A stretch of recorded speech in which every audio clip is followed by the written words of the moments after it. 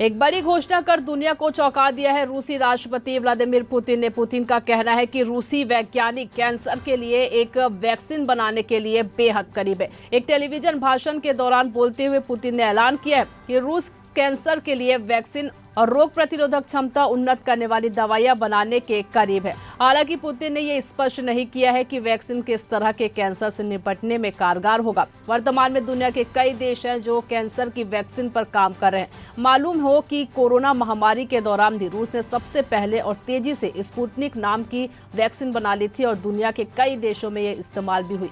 रूसी राष्ट्रपति का ऐलान इस नजरिए से भी महत्वपूर्ण है कि रूस पिछले 2 साल से यूक्रेन युद्ध में उलझे होने के बावजूद भी अपने शोध कार्यक्रम के लिए पैसे खर्च कर ही पा रहा है।